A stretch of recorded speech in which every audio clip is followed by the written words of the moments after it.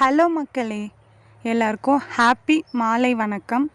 கோலம் பேசுதடி சீரீஸில் கோலம் 9 நான் எப்படி கோலம் போட கற்றுக்கிட்டேன் அப்படின்றத தான் நான் உங்ககிட்ட ஷேர் பண்ண போகிறேன். சின்ன வயசில் எனக்கு தெரிஞ்ச மாதிரி ரங்கோலியும் சரி, அச்சு வச்சு போடுவோம்ல அந்த கோலமும் சரி, பூக்கோலம் அப்படி போடுறப்ப தெரிஞ்ச மாதிரி ஏனோ தானோன்னு சரியாக போட வராது. அந்த கையெலாம் டிசைன்லாம் வரவே வராது. எங்கள் பெரியம்மா அச்சு வச்சு கொடுப்பாங்க, நான் கோலம் போடுவேன். அந்த கோலத்தையும் நோட்டை பார்த்து தான் போடுவேன். நோட்டில் வந்து எங்கள் அம்மா போட்டிருப்பாங்க, அதை பார்த்து போடுவேன். அப்படி போடும்போது தப்பு தப்பாக போட்டுருவேன். நிறைய அச்சு மீறும், நிறைய அழிச்சு கீழே கையை வச்சு அழிச்சு போடுவேன்.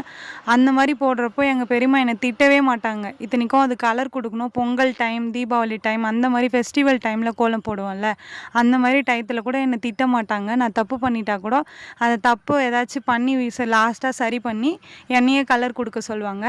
அந்த மாதிரி தப்பு பண்ணி நான் கற்றுக்கிட்டேன்.